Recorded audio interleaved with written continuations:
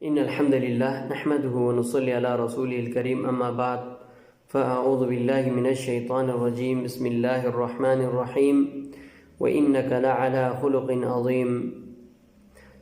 سامعین محترم، یہ مبارک مہینہ اللہ کے پیارے نبی علیہ الصلاۃ والسلام کی اس دنیا میں آمد کا مہینہ ہے. یہ ہمارے لیے ایک عظیم تحفہ ہے اور ہمارے لیے ایک اعزاز ہے کہ ہم اس عظیم نبی کے امتی ہیں.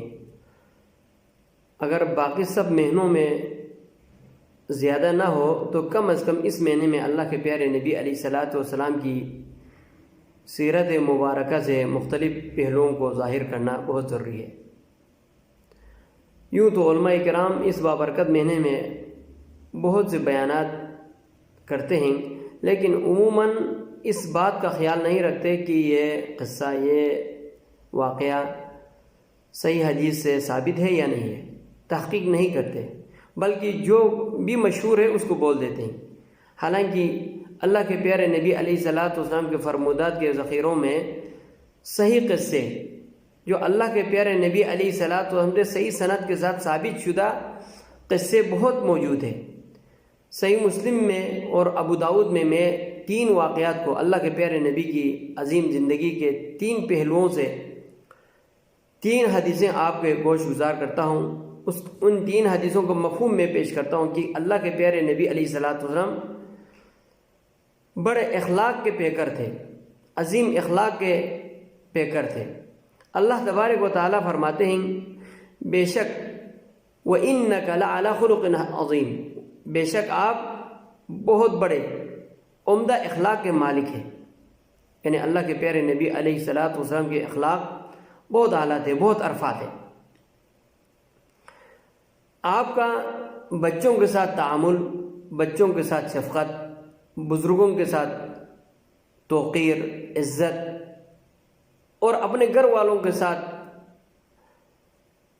ہم آہنگی، پیار، محبت، شفقت، ان 3 پہلوؤں پہ 3 حدیثیں صحیح سند کے ساتھ، 2 حدیث صحیح مسلم سے، 1 حدیث سنن ابی داؤد سے میں ان حدیثوں کا مفہوم پیش کرتا ہوں.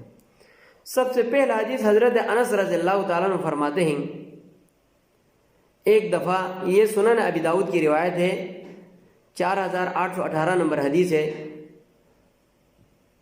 فرماتے ہیں ایک عورت اللہ کے پیارے نبی علیہ الصلاۃ والسلام کے دربار میں آئی اور عرض کیا، یا رسول اللہ، مجھے آپ سے حاجت ہے، مجھے آپ سے کوئی کام ہے.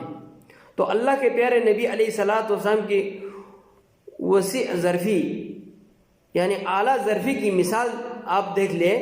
پیارے نبی علیہ الصلاۃ والسلام اس عورت سے کیا فرماتے ہیں،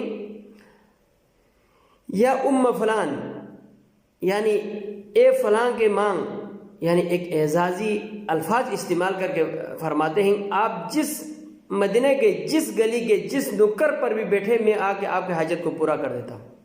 یہ اعلیٰ ظرفی کی مثال ہے، پیارے نبی علیہ الصلاۃ والسلام کے اعلیٰ اخلاق کی مثال ہے.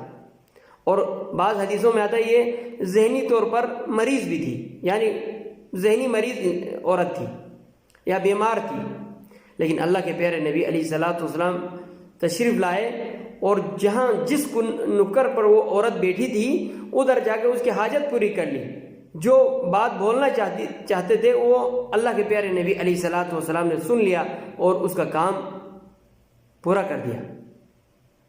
اور اسی طرح حضرت انس رضی اللہ تعالیٰ عنہ فرماتے ہیں، ایک دفعہ اللہ کے پیارے نبی علیہ الصلاۃ والسلام نے مجھے کسی کام پر بھیجا. میں جا رہا تھا، مدینے کے گلیوں میں بعض بچے کھیل رہے تھے، میں ادھر ہی بیٹھ گیا، کھیلنے میں لگے رہے. پیچھے سے اللہ کے پیارے نبی علیہ الصلاۃ والسلام تشریف لائے، مجھے پیچھے سے پکڑا، میرے گردن سے پکڑا. جب میں نے آپ کی طرف دیکھا تو اللہ کے پیارے نبی علیہ الصلاۃ والسلام ہنس رہے تھے، مسکرا رہے تھے کہ اے انس، میں نے تم کو ایک کام کے سلسلے میں بھیجا تھا، تم گیا نہیں. حضرت انس فرماتے ہیں، اے اللہ کے پیارے نبی، میں ابھی نکلتا ہوں، ابھی جاتا ہوں. تو اللہ کے پیارے نبی علیہ الصلاۃ والسلام کی شفقت دیکھو بچوں کے ساتھ. ہم چھوٹے چھوٹے کام پہ بچوں کو مارتے پیٹتے ہیں اور کوستے ہیں، برا بلا القاب سے پکارتے ہیں، جبکہ اللہ کے پیارے نبی علیہ الصلوۃ والسلام کی سیرت مبارکہ میں سے بچوں کے ساتھ شفقت پیار کرتے تھے، اگرچہ وہ کسی معاملے میں کسی کام میں تاخیر بھی کرے اللہ کے پیارے نبی درگزر فرماتے تھے۔ اور اسی طرح اور ایک قصہ ہے، صحیح مسلم کی روایت ہے، حدیث نمبر 5312 نمبر حدیث، پہلے والا حدیث 6015 نمبر حدیث۔ ابھی 5312 نمبر والے حدیث میں اللہ کے پیارے نبی علیہ الصلوۃ والسلام کے پڑوس میں حضرت انس فرماتے ہیں، پڑوس میں آپ کے گھر کے قریب کوئی فارسی آدمی قیام پذیر تھے، وہ سوپ پکانا اچھی طرح جانتے تھے، وہ سوپ پکاتے تھے، مرق پکاتے تھے۔